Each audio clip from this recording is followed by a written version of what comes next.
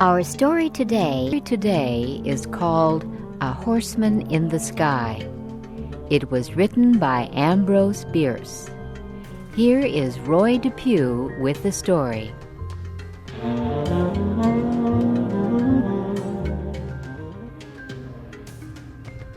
Carter Drews was born in Virginia. He loved his parents, his home, and the South. But he loved his country, too. And in the autumn of 1861, when the United States was divided by a terrible civil war, Carter Drews, a Southerner, decided to join the Union Army of the North.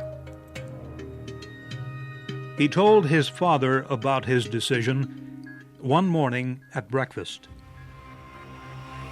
The older man looked at his only son for a moment, too shocked to speak. Then he said, "As of this moment, you are a traitor to the South. Please don't tell your mother about your decision. She's sick, and we both know she has only a few weeks to live." Carter's father paused, again looking deep into his son's eyes. "Carter," he said, "no matter what happens, be sure you always do what you think is your duty." Both Carter Drews and his father left the table that morning with broken hearts. And Carter soon left his home and everyone he loved to wear the blue uniform of the Union soldier. One sunny afternoon, a few weeks later, Carter Drews lay with his face in the dirt by the side of a road. He was on his stomach, his arms still holding his gun. Carter would not receive a medal for his actions. In fact, if his commanding officer were to see him, he would order Carter shot immediately. For Carter was not dead or wounded. He was sleeping while on duty. Fortunately, no one could see him. He was hidden by some bushes growing by the side of the road. The road Carter Drews had been sent to guard was only a few miles from his father's house. It began in a forest down in the valley and climbed up the side of a huge rock. Anyone standing on the top of this high rock would be able to see down into the valley. And that person would feel very dizzy looking down. If he dropped a stone from the edge of this cliff, it would fall for 600 meters before disappearing into the forest in the valley below. Giant cliffs, like the one Carter lay on, surrounded the valley. Hidden in the valley's forest were 5 Union regiments, thousands of Carter's fellow soldiers. They had marched for 36 hours. Now they were resting. But at midnight, they would climb that road up the rocky cliff. Their plan was to attack by surprise an army of Southerners camped on the other side of the cliff. But if their enemy learned about the Union Army hiding in the forest, the soldiers would find themselves in a trap with no escape. That was why Carter Drews had been sent to guard the road. It was his duty to be sure that no enemy soldier, dressed in gray, spied on the valley where the Union Army was hiding. But Carter Drews had fallen asleep. Suddenly, as if a messenger of fate came to touch him on the shoulder, the young man opened his eyes. As he lifted his head, he saw a man on horseback, standing on the huge rocky cliff that looked down into the valley. The rider and his horse stood so still that they seemed made of stone. The man's gray uniform blended with the blue sky and the white clouds behind him.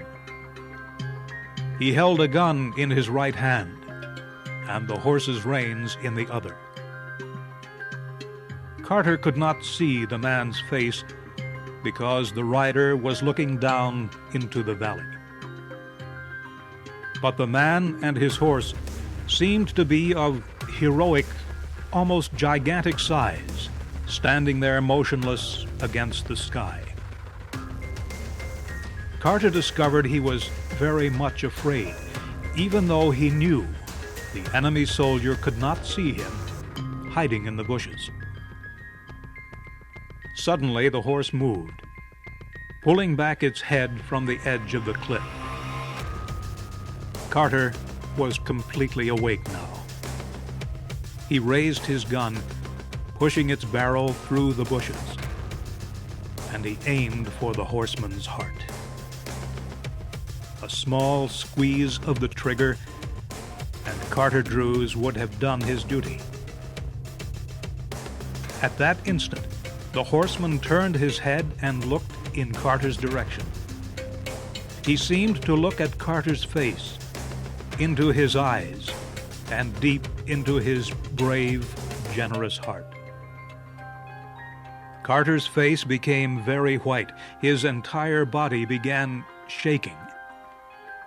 His mind began to race, and in his fantasy, the horse and rider became black figures, rising and falling in slow circles against a fiery red sky.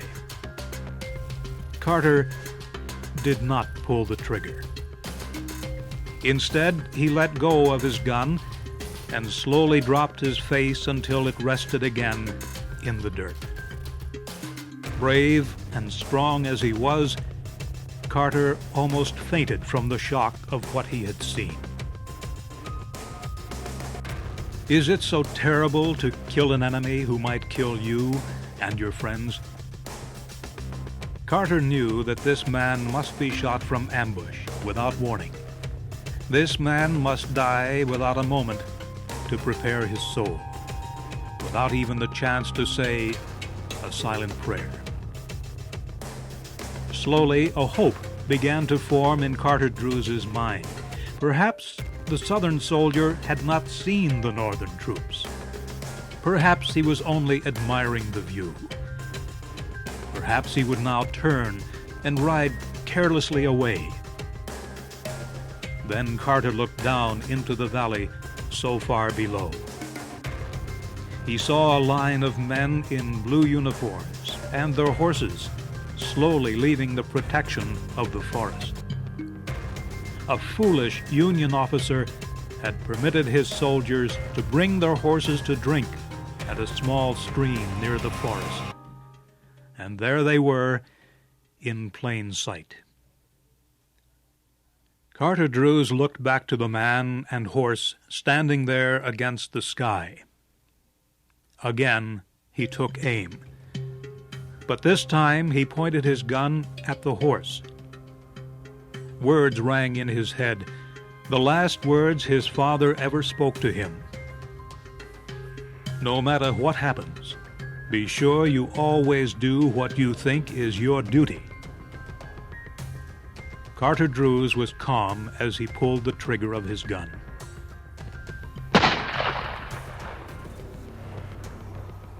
At that moment, a Union officer happened to look up from his hiding place near the edge of the forest. His eyes climbed to the top of the cliff that looked over the valley. Just looking at the top of the gigantic rock so far above him made the soldier feel dizzy. And then the officer saw something that filled his heart with horror. A man on a horse was riding down into the valley through the air. The rider sat straight in his saddle. His hair streamed back, waving in the wind. His left hand held his horse's reins, while his right hand was hidden in the cloud of the horse's mane. The horse looked as if it were galloping across the earth. Its body was proud and noble.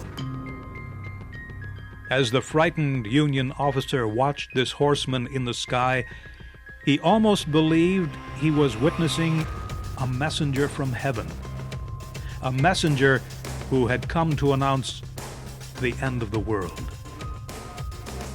The officer's legs grew weak and he fell. At almost the same instant, he heard a crashing sound in the trees. The sound died without an echo, and all was silent. The officer got to his feet, still shaking. He went back to his camp, but he didn't tell anyone what he had seen. He knew no one would ever believe him. Soon after firing his gun, Carter Drews was joined by a Union sergeant. Carter did not turn his head as the sergeant kneeled beside him. "Did you fire?" The sergeant whispered. "Yes." "At what?" "A horse. It was on that rock. It's not there now. It went over the cliff." Carter's face was white, but he showed no other sign of emotion. The sergeant did not understand. "See here, Drews," he said after a moment's silence. "Why are you making this into a mystery? I order you to report. Was there anyone on the horse?" "Yes." "Who?" My father."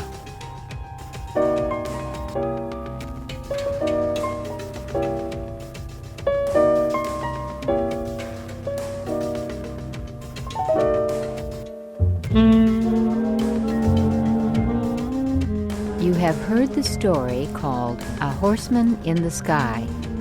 It was written by Ambrose Bierce and adapted for Special English by Donna DeSanctis.